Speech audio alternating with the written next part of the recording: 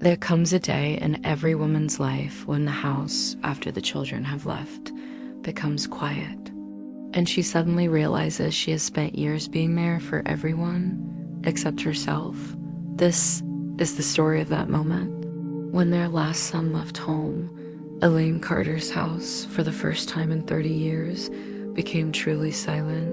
No laughter, no footsteps, no doors opening and closing. Only silence, a silence so deep it felt as if it reached into her bones.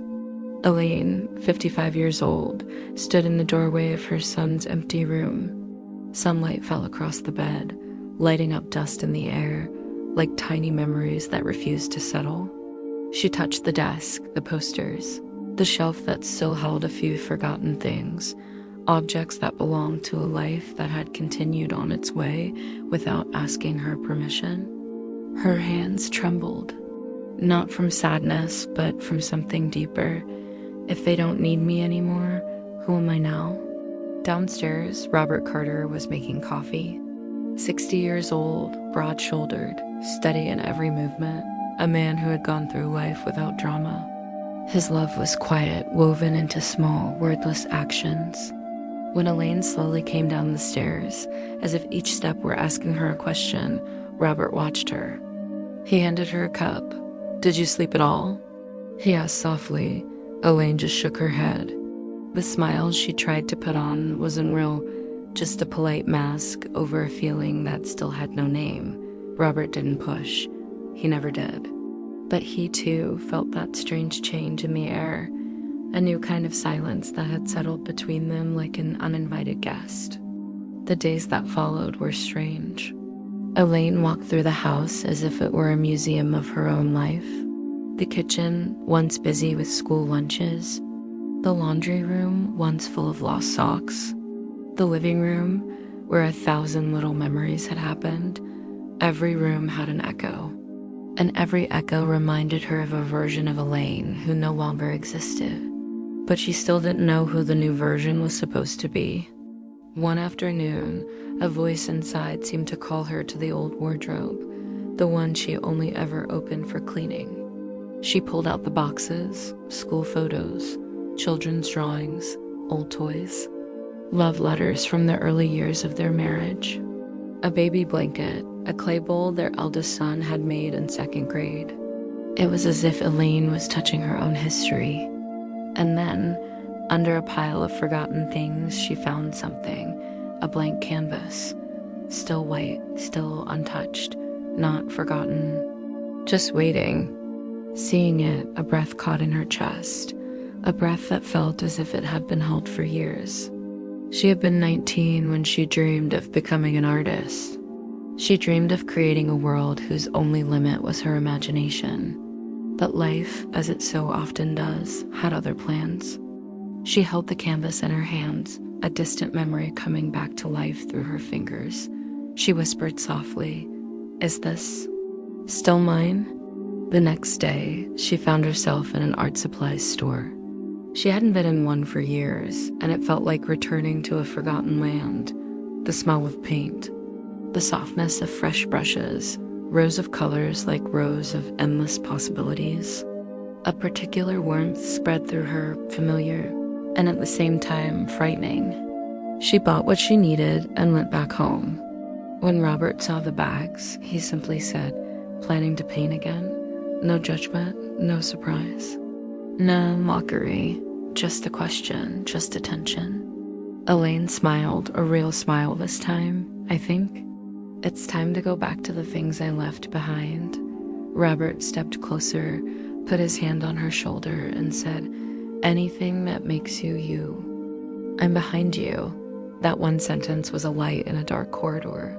Elaine turned a sunlit corner of the house into her own small studio, a table, brushes, a canvas, and light falling on the white surface like an invitation.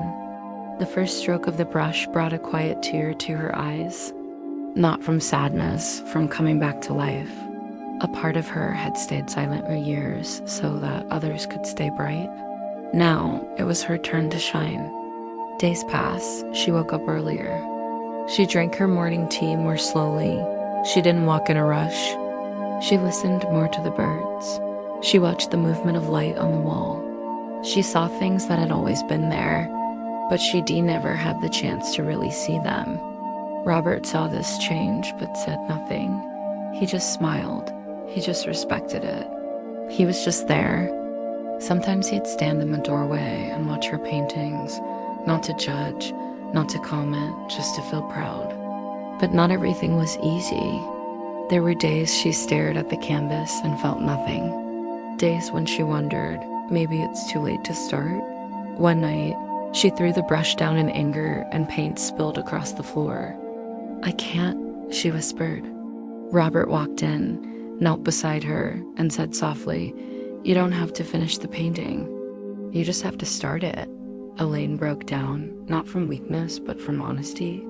Weeks went by, and Elaine's paintings changed. At first, they were simple and cautious, but gradually, the colors became bolder, the lines deeper, the emotions more honest. She wasn't just painting pictures. She was painting years. She was painting silences. She was painting herself. One afternoon, she received a message. "We're having an artist night. Would you like to display one of your works?" Her heart stopped. Me? Really? She almost deleted the message. But Robert, in his calm voice, said, "Elaine, you're ready. Don't doubt yourself." The night of the event arrived. The cafe glowed with warm light and soft music. Elaine stood at the door, short of breath. Robert took her hand. "Come on." Just one step. When they went inside, people were walking among the paintings. And there, on the wall, was Elaine's work, her colors, her story. Her return. People stopped. They looked. They whispered. They didn't see technique. They saw feeling. They saw years of a life lived. Robert watched from a distance with a quiet pride, like a man watching a personal sunrise. That night, there were no awards, no loud applause, but something greater happened. Elaine took herself back, and Robert, seeing her, felt as if he too had found himself again. They were no longer young, but they understood. The second half of life can be calmer, deeper, more honest, and more beautiful than the first. And if you too have reached 50, 60, or beyond, and your home is quieter than it has ever been, remember this. This silence is not an ending. It is a beginning. A beginning in which you and the one beside you can find yourselves again. Thank you for watching. If this story touched you, please like and subscribe for more content that inspires and uplifts. We'll see you in the next one.